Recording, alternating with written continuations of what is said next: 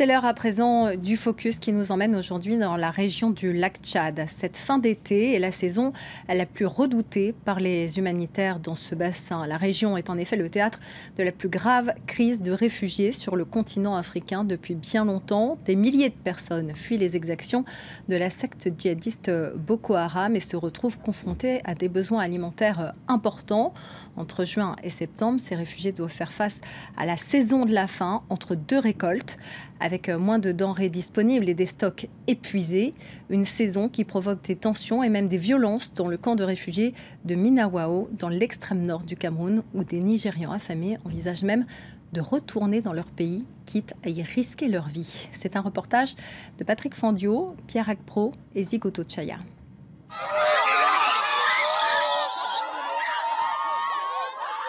Derrière la barrière, l'air de la colère. No food, pas de nourriture.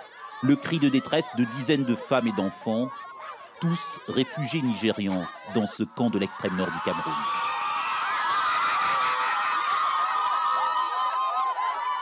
Devant ce site du Programme alimentaire mondial, des visages fermés en cette matinée de distribution des rations mensuelles. Des camions de vivres attendus ici depuis plusieurs jours. Les gens que vous voyez ici, maintenant, ils ne réclament rien d'autre que de la nourriture. Cet homme vient de nous expliquer que les distributions de vivres, c'est à peine 8 kilos par personne. Mais avec si peu, comment tenir du 1er au 30 ou 31 du mois? Parfois, c'est même 40 jours.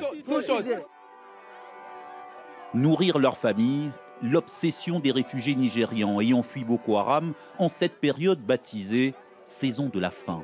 Car ici, malgré le paysage verdoyant, pas encore de récolte. Et des stocks de vivres déjà épuisés pour des réfugiés comptant plus que jamais sur l'aide alimentaire internationale.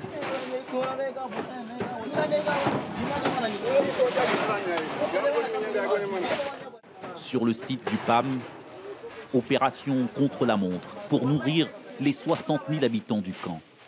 Diminuée à 75% ces derniers mois, faute d'argent des donateurs, la ration type est repassée à 100% pour affronter cette saison de la faim. Mais pour Gustave, coordinateur de la distribution, ce n'est toujours pas assez aux yeux des réfugiés. Pour certains, c'est la seule source nutritionnelle pour eux. Ils attendent rien que cette occasion-là pour avoir, n'est-ce pas, des vivres dans leur ménage. Ils viennent, ils demandent toujours plus, mais on s'en tient, n'est-ce pas, à ce qu'on nous donne pour leur donner au kilogramme, au nombre de calories qui nous a été alloué pour les restituer. 2100 calories par jour et par personne, le minimum vital pour chacun. Mais les quantités en passe d'être distribuées sont inférieures aux chiffres annoncés 2 jours plus tôt aux réfugiés. D'où les protestations d'Awa, une veuve dont le mari a été tué par les miliciens Boko Haram, lui laissant 5 enfants à nourrir. Expulsée du site, elle est parmi les premiers à l'envahir quelques minutes plus tard. Avec des milliers d'autres réfugiés, fatigués d'attendre leur ration de vivres. Des femmes en nombre, se tenant le ventre pour montrer qu'elles sont énaillées par la faim.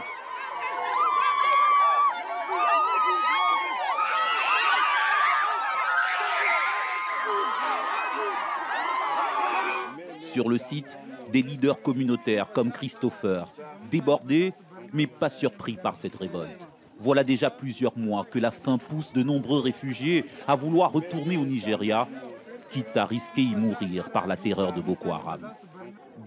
Ils préfèrent rentrer au Nigeria plutôt que de rester ici et avoir faim. Beaucoup disent qu'ils préfèrent être tués par les balles de Boko Haram et avoir une mort rapide plutôt que de dépérir ici à petit feu. À ses côtés, Moussa, lui, a déjà presque pris sa décision. Je suis en train de réfléchir à retourner dans mon pays. Parce que mourir pour mourir, je préfère que ce soit dans mon pays plutôt que dans un pays étranger. Plus de 10 000 réfugiés auraient ainsi choisi de retourner au Nigeria ces derniers mois, même si beaucoup en sont revenus depuis, pour retrouver un camp où la situation dégénère ce jour-là.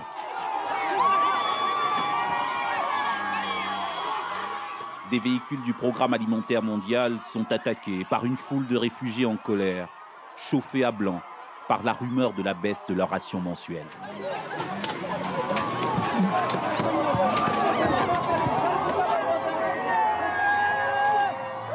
Le PAM, victime de la chute de ses financements internationaux. Listen to me, please. Please.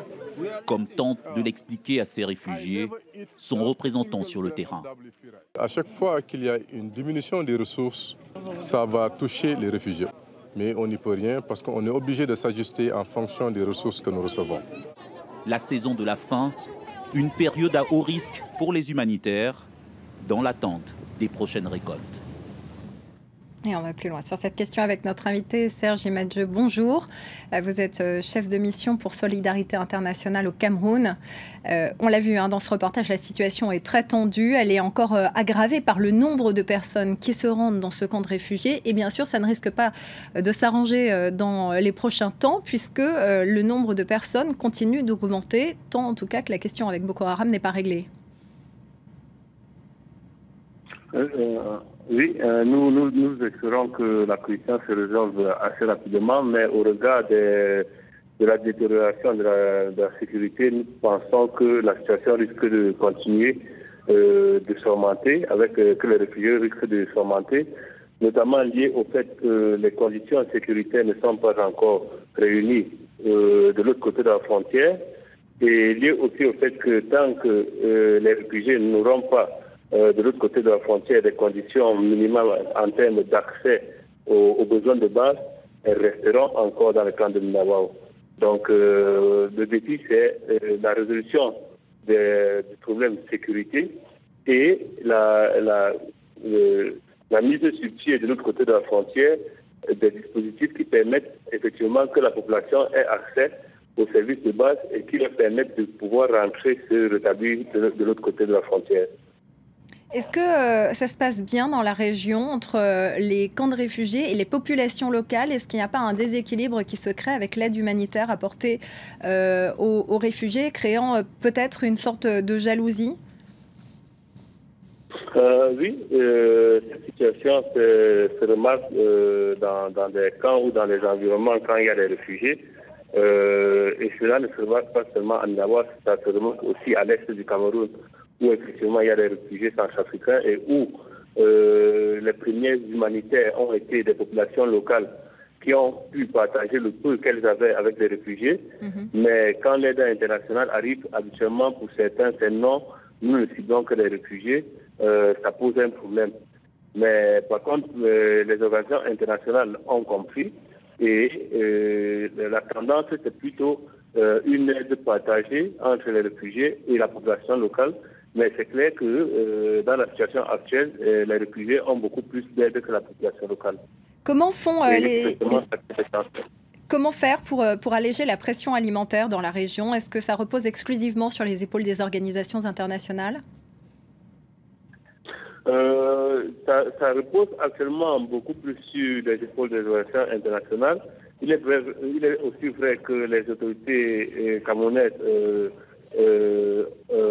apporter un peu d'appui, mais ce n'est pas suffisant et la manière que l'aide internationale aujourd'hui est faite, notamment avec beaucoup plus de l'aide alimentaire, ne doit pas résoudre le problème tant qu'il n'y aura pas d'autres activités, notamment qui puissent permettre aux populations de pouvoir produire elles-mêmes leurs ressources, c'est-à-dire des activités de relance agricole, de relance de la pêche, de relance de l'élevage, pour effectivement permettre non seulement d'un côté que la population ait l'accès à la nourriture immédiatement avec l'aide du PAM et des autres organisations qui distribuent la bouffe. Merci beaucoup. Au même moment, appuyer. Merci beaucoup Serge Imadjeu pour ces précisions.